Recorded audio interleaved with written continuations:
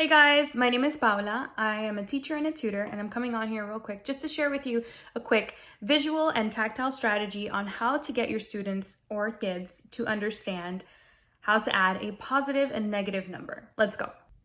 Okay, so let's just say we have a problem like this. -9 plus 15. So I've set up my graph, my little grid already, and I have a positive section, which is going to be all of this up here, and my negative section, which is going to be all this space down here. Now I'm going to choose a symbol. I like to do circles because I think they're quick and easy. So let's go. We're going to represent our -9 in the negative section with 9 circles. I like to group them by 5 as much as possible. So there's 1, 2, 3, 4, 5.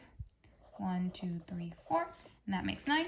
So there's the negative section. Now we're going to do positive.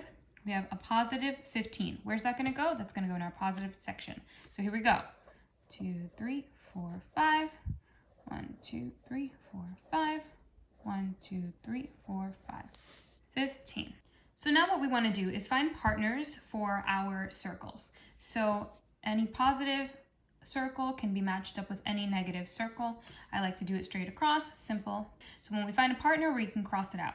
Now the logic behind this is that a positive one and a negative one will cancel each other out to give you 0 when you add them together. So what we're doing in looking for partners is we're looking for a positive one and a negative one, positive one, negative one, to cancel each other out. And that's why we're going to cross them out.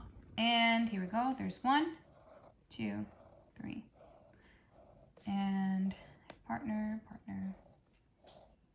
Now I don't have any more down here, but I do have some more up here. So what we're gonna do, let's count how many we have left over on the top. Ready? So this is 6. And this 6, we're left with 6 in the positive section, which means -9 plus 15 equals positive 6. Now this is when you tell me, great, thanks, that works wonderful when I have small numbers, but what about when I have something like this? So here's the tactile alternative for larger numbers and also for students that learn better when they touch things.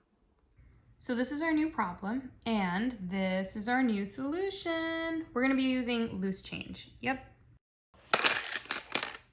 First thing you wanna do is create a large area for your positive and our line and our negative, okay? I'm doing this in pen because I know I don't have to erase it, and I'm going to be reusing this for all of my problems. We have a -14, okay? So I'm gonna find 14 cents and I'm gonna place it in my negative section. Here we go. Now, what we're gonna do next is we have our positive 90, so I need to put 90 cents up here. And bam, there it is. So 90, 14, okay?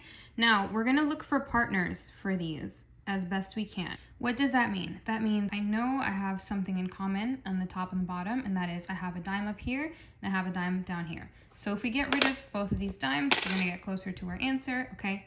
Now, I don't have any more coins that match, but let's see if we can break it down. We have 4 cents remaining on the bottom only, okay? And on the top, we have how much? 75, 80 cents, okay? So we have a nickel that we can trade out maybe for some pennies, so that we can have 5 pennies, so that we can make partners for some of these pennies. There it is. I swapped out my nickel for 5 pennies, same value, different coins, okay? So let's find partners. 1 partner, 2, okay? Adios. 1, 2, goodbye. 1, 2, goodbye. 1, 2, goodbye. Now we have nothing else in the negative section, okay? Which means we can't make any more partners. So what are we left with? Let's count. We have our 75 and a penny, so that's 76, okay? So that means that -14 plus 90 equals positive 76. I really hope that was helpful. Shout out to all the parents who are working and teaching at home. If you have any more questions or you're looking for extra help, please feel free to comment down below and contact me right here.